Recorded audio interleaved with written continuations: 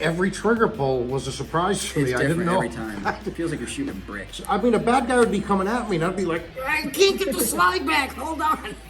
There you are, sir. Thank you. No problem. Is it my technique or my strength? It's a little bit of technique.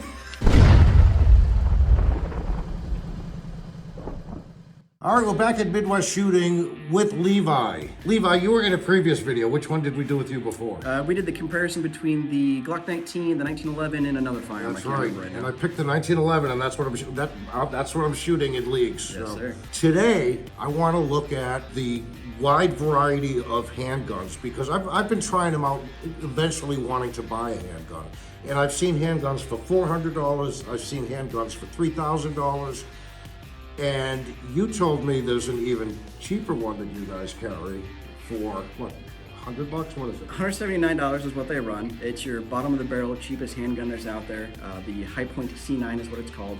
It says firearm right here. It's a polymer pistol, $179, striker fired. It's not pretty, it's not comfortable to shoot, but it is cheap. If you need something to defend yourself and that's all you can afford, then that's what you get. I will say to my untrained eye who knows nothing about guns, this looks crappy. It's not a pretty looking gun by any means. They're ugly. It has a Phillips screw going right through the handle. Yes, it does. They're put together cheaply so that they're cheap to purchase. Okay. I think after we find out what the difference between this gun and a decently priced gun, I'm going to say we should probably take them to the range and look at is there a difference in accuracy, or are we just talking cosmetically? This gun is kind of crappy, and the other one we're going to look at is really good. You might see a little bit of difference because of the difference in the size of the handguns. They're both going to shoot decent enough, but you'll definitely feel the difference in handling them and how they operate compared to one another. And what's the comparison gun we're going to look at? On the other side, we've got a Sig 226 Legion. This is a $1,200 firearm, full steel frame, hammered fire versus striker fire, nice and heavy, nice and weighty. It has a whole bunch of nice features on it. It does feel good. You're going to know the difference right away. Go through the list of things again. You had one I wasn't aware of. So it's a hammer fired weapon versus striker fire. It does have a decocker built into it as a safety. So once you've got your hammer back, you've got your decocker there. It's got some really nice night sights on it. It's full steel frame, so it's nice and heavy. The recoil control is extraordinarily easy to operate with. It's just overall a very, very nice weapon issue. Why would recoil control be easier on this than on the $179 gun? Because of the weight in the slide, the weapon is going to bring itself back to a zero a lot quicker for faster follow-up shots. Okay. And that's all about the weight and the spring tension within that firearm as well. So this is not a hammer. This one doesn't have a hammer, does it? No, this is a striker fired weapon. Watch this. I can never get the Levi. There you are, sir. Thank you. No problem.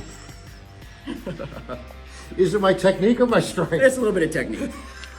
I've operated these before. I know their quirks. This does not have a hammer in the back, so this is a striker fire. Striker fire. Okay.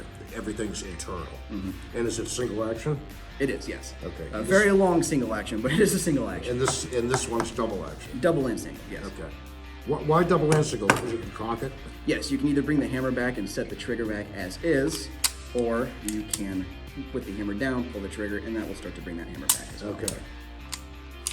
So we have how much is this one? 1300 is $1299.99. 1300 and $179.99. Yes, sir.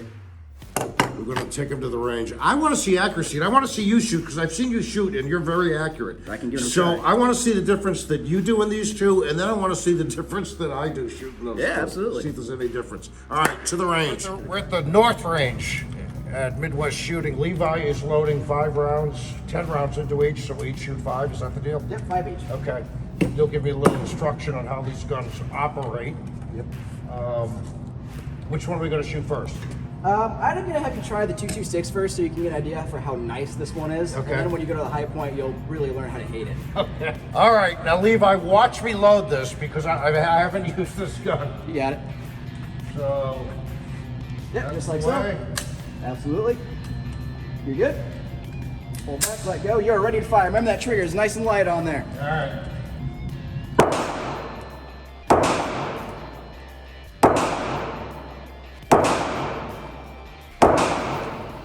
But I will say, not so good, but it had a completely different feel than any other gun I've ever used in almost every way. Yeah, not bad. That's all right. I don't know what happened there. All right, done with that one. High point.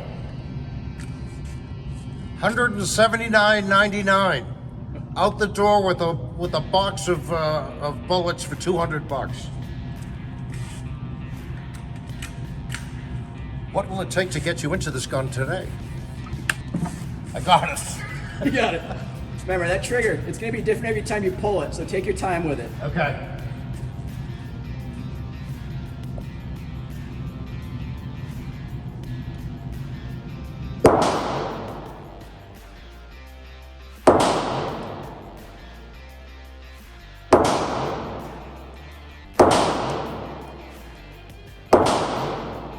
As you can see, I shoot much better with a cheap piece of crap than I do with a $1,400 gun.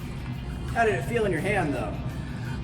Awful. I mean, everything about it. It was loose, it was jangly, it made noises even when I wasn't shooting. This thing, listen. It was the strangest thing. Feels like it's going to fall apart on you. It did, it felt loose. Although I did put another one down here. All right, now I want to see how you do with it. We know how I did. Let's see the two guns in the hands of an expert shooter in Levi. I don't know about expert, but I'll try it. Now Levi's going to take the same guns, 5 bullets each, 5 yards away. Let's see how Levi does.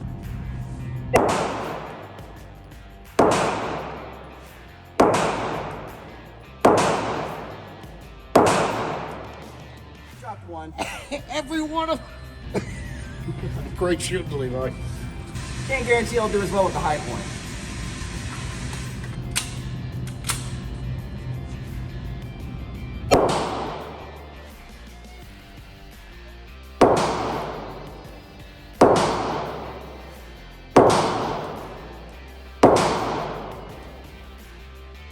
There you go, but I mean, still very accurate, but definitely less accurate.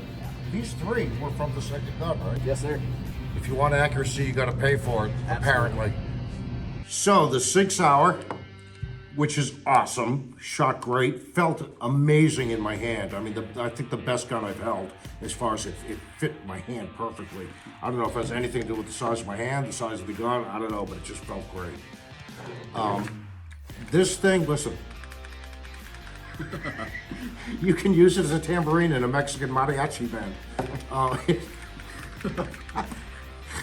I've never heard guns rattle like that before. This was weird. I mean, it operated weird, felt weird. Like you said, every trigger pull was a surprise to me. It's I didn't know. every time. It feels like you're shooting a brick. Yeah, this was a very strange experience. So just to get a close up on these are my shots. Yeah, okay. These are my shots. Yeah, I'll let you claim them. Oh, wait a minute. Yeah, right. Those are Levi's. These are my shots. We disemboweled them down here, and then we got some good center mass shots up here. The Sig, I put 3 in here. I only put 2 with the other one, but my other 2 Sig shots were here. So I was much more accurate. Now Levi, who's a very good shooter, these are Levi shots. Everything right in the middle. Yep. And the one you didn't get in the middle, and these were all done. They're both from the high point. With this one. Yes, sir. Yep. Part of that's just the trigger being different. It's different every single time you pull the trigger. The sights are not great. The weapon feels weird to handle. It's just not. So you said you own one of these. Explain to me why you chose to own one of these guns. Personally, and did you pay for it? I did. Personally, I got mine used. I already purchased it used. I use it because mine, for me, it constantly malfunctions. Mine is not put together very well. Mine malfunctions a lot. But I use that to my advantage. I use that to train for fixing malfunctions. If it doesn't go under battery, crack the slide. So you had a specific reason for it. I did. And if it's something that you're getting for defense, if it's something that you're getting to have in your house to defend yourself, it's not a terrible weapon. A bullet's going to do what a bullet's going to do. All these shots, regardless of what firearm they come out Would of, stop a guy coming. they're going to stop somebody trying to invade your home. But it just boils down to reliability. So this guy, you're going to take it apart to clean. Yes, sir. Do you take them apart to clean? Yeah, absolutely. So show me. So weapons like this, incredibly easy to clean. All you have to do, pop mag out, lock the slide back. You've got a Swivel there. Once that's released, the whole thing will come apart just like so. It's crazy. Okay, and? The high points are not designed to be pulled apart. From manufacture, these weapons, the manufacturer tells you not to disassemble these weapons. In order to disassemble these weapons, there is a small pin in this frame that you have to punch out with a hammer and punch to disassemble. If you manage to do that and you turn this weapon over, all of the guts are going to fall out of it. It is not designed to pull apart. Essentially what they tell you to do is when you do clean it, all you do, take a brush to the interior of the chamber there and scrape it out. And that's all they tell you to do. After you fire 250, 300 rounds into this thing, it is going to get nasty and it's terrible to clean because you can't get inside to clean it. So I guess the question is, and I'm coming at this from a guy who's shooting on a league, right? And I love league shooting. More fun I've ever had in my life is coming here on Mondays and shooting at paper targets. I don't know why. I used to play darts. That was fun. But this is like darts with a boom. And it's so much fun. I want to buy a gun for leagues, but I have to buy the right gun. And I was talking to you last week, and I said, what about a cheap gun? You know, just a gun just for target shooting. Can't I just have a cheap gun for target shooting? And that's where you said, well, I can show you a cheap gun. Absolutely. Not for target shooting. No, it's designed to be cheap for the reason of being cheap. It works for the most part. If you need it to defend yourself, it'll do the job. But other than that, it's not comfortable to shoot. It's not a fantastic firearm. And it takes a little technique to run the slide. It does. I mean, a bad guy would be coming at me, and I'd be like, I can't get the slide back. Hold on. They definitely take some getting used to because of how weird the ergonomics are. Right. So, your final analysis. If you're dirt broke and you need something to defend yourself, the high point is the cheapest firearm you can get out there. It'll work, it'll defend you. Right. If you have another $200, $300 to spend on something nicer, like a Glock, a Ruger, something like that, they're gonna be a better, more reliable option. Should I switch next week in leagues to this guy? We've got one in our rental cabinet if you wanna try it out. Really? Absolutely. So there is one available for leagues if I wanted to shoot a $1,400. I don't think I'm shooting a $1,400 gun now. It's worth trying. What's the 1911 I'm shooting now? About 900, 950. Yeah. They operate a lot of the same way, but you'll have a good time with that. So one more thing, you told me you owned one, and you use it to kind of practice jams and stuff like that. Yep, my malfunction gun. Do you display it? I try not to. I don't like too many people seeing it because I'm a bit ashamed of owning it. Right. I actually took mine apart and painted it like a Nerf gun. If you're gonna have a toy, it might as well look like a toy. Why not, right? No, it's got an orange slide, it's got a blue frame, it looks hideous. But it was fun to mess with, and when it comes right down to it, if something breaks on it or if something goes wrong, I didn't spend a whole lot on it, so no real loss. Have you used it since you painted it? I have, and it does function. It runs fine for the most part, aside from a couple malfunctions. It's just fun to screw with. Oh, please bring that into the range someday. Yeah, absolutely. I would really love to see that. Yeah. Want more biker content? Subscribe to the Biker Lawyers and check out the links in the description. Brought to you by the Biker Lawyers. Injured? Ride with us.